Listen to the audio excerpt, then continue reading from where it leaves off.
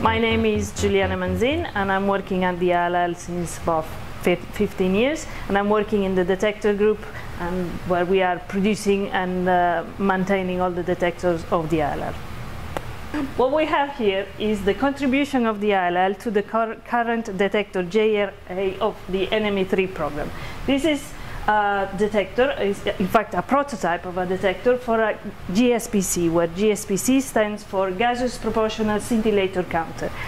The idea of this detector is based on normal micro-pattern detectors, in the sense that we have a microstrip plate inside the vessel and is going to be in a gas volume, and the gas volume is essentially the same gas that we use for normal standard neutron gaseous detector.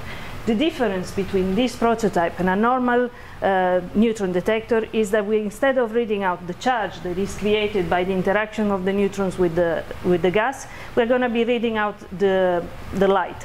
That's because associated to the creation of charges by the neutron interaction, there is always a creation of photons. These photons will allow us to read out the light, and this light will be read via the photomultipliers. Photomultipliers are instruments that are sensitive to photons, and because we're going to be able to put a pattern of them in front of the microstrip plate, we will be able to reconstruct the position of where the neutron impacted into the detector.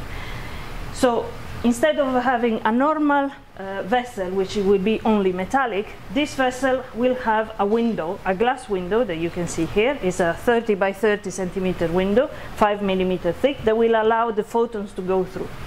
But because we're going to have a high pressure in the vessel, we are talking about 10 bars or more, we need something in front of the window to be able to withstand the pressure. This is done by this flange that you can see here. The support will support the glass on the inside, but also the photomultipliers on the outside. So we will have a matrix of photomultipliers on the outside. This will allow us reading out the light and light distribution on every single photomultipliers to very carefully position the interaction of the neutron with a resolution that will be of the order of 0.5 of a millimeter. Normally, with a gaseous detector of this type, of a microstrip plate of this type, you can easily reach a resolution of 1 millimeter. Going underneath that is quite difficult.